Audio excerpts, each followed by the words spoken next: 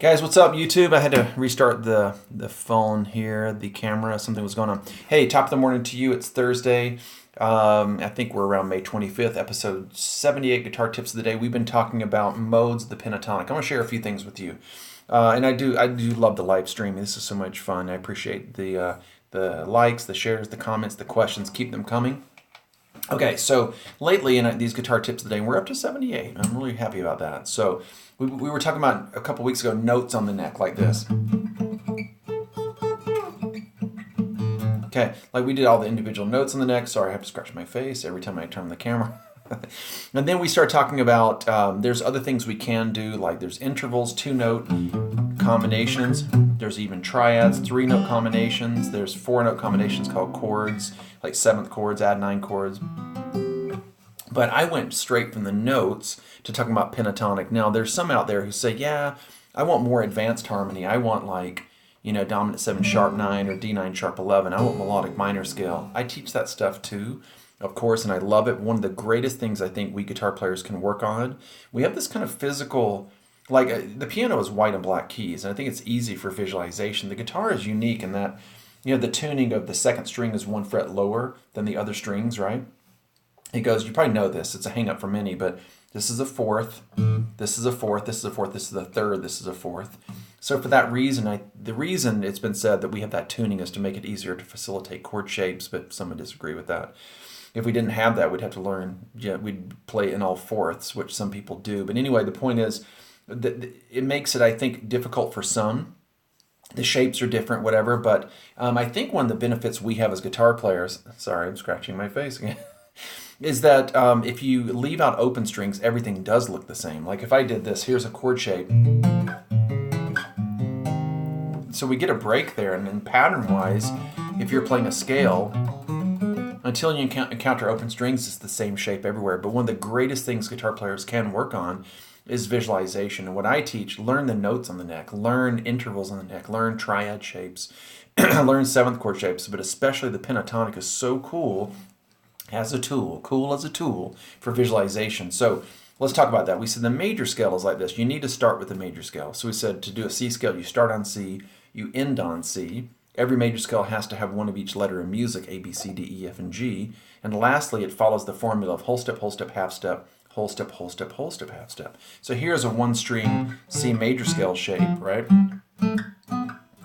Okay, what is the pentatonic then? Well, it's the same as the major scale, but you get rid of or drop the half steps. So there's no, between E and F there's a half step, between B and C there's a half step. Get rid of the F, get rid of the B, and then you have this, C, D, E, G, A, back to C. So whole step, whole step, whole step and a half, whole step and a half. Okay. So then we talked about modes, and I said a mode is not so much, a fingering, a scale shape, a pattern, a form, but it's and tonality.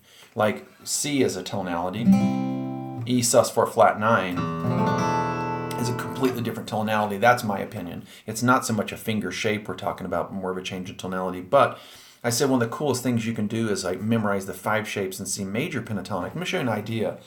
Well, eventually then you do the keys of G, D, A, E, B, F sharp or G flat, D flat, A flat, E flat, B flat, F. Watch this. Here's C pentatonic. Here's G. Same position, guys. Here's D. Here's A. Same position. Here's E. Here's B. Here's F sharp. Here's D flat. Here's A flat.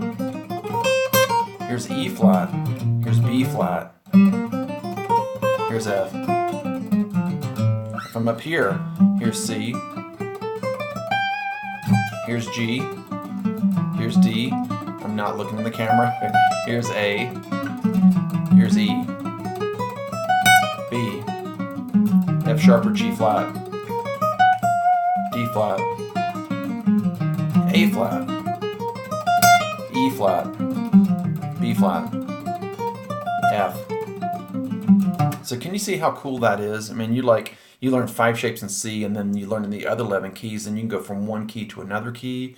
You can go from C to E flat to A flat to D flat, no jumping around, and you can access those shapes by moving up or down a fret. So that's what we're doing. So to wrap this up, let me quickly give you again the previous 3 modes. and then we'll do pattern 4 today. So here's mode 1. We have 8, 10, 7, 10, 7, 10, 7, 9, 8, 10, 8, 10.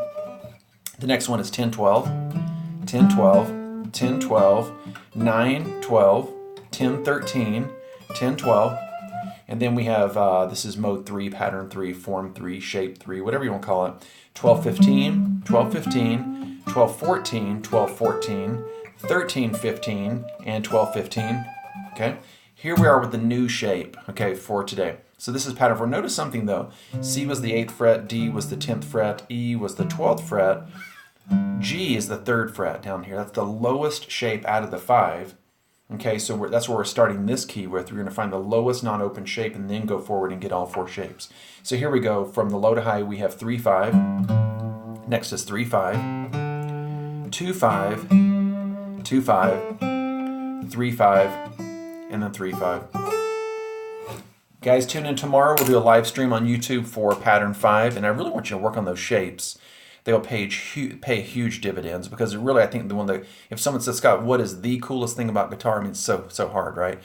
But I think one of the greatest benefits you can work on when it comes down to, if you're getting very theoretical and stuff, and notes and intervals and triads and, you know, arpeggios and scales and stuff, really, for me, I just want to be free on stage, and that's what we're trying to do, to be improvising musicians, to not be limited by a bad I saw the word very bad connection on the screen. It keeps telling me my connection is poor. What I was trying to say is, like, to be free to go anywhere. One guitar player once jokingly said guitar players suffer from acrophobia, a fear of heights, a fear of guitar heights. They're playing along and they're like, oh, I don't know this area, and that would be a shame, right? So look, it's just patterns, and like, I think it was I've drawn a lot of inspiration from guys like Pat Metheny and John Scofield. I can't remember, I might be mistakenly attributing this to them, but it was some great guitar player who did a clinic at Berkeley or Musicians Institute or Los Angeles Music Academy or something.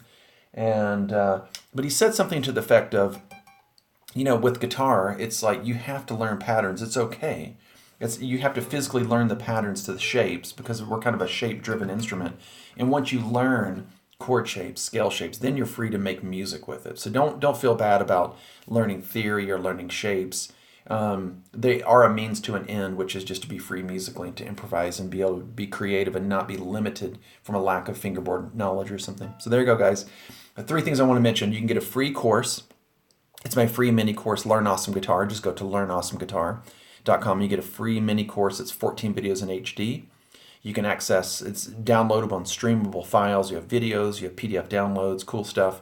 So that's the free course, learnawesomeguitar.com. I do have the independent study course, Learn Awesome Guitar, and I have the VIP as well. And I have a brand new course called The 7 Simple Secrets to Learn Any Song by Ear. And you can click on the link in the description. And if it's not in this one, go back to yesterday's live stream and you'll see it there. And it's just one payment of $147. That's it. Lifetime access, instant access. And when we do updates, we do them for free. So there you go, guys. Check that out. And I think that's it. I'm going to go jump on to Instagram and do like a live song and share it on YouTube. So love you guys. Be good. Keep practicing. Keep working on your shapes. And we'll see you tomorrow, Friday. And my band is gigging tomorrow. So what I'm going to do first, though, make my rounds to social.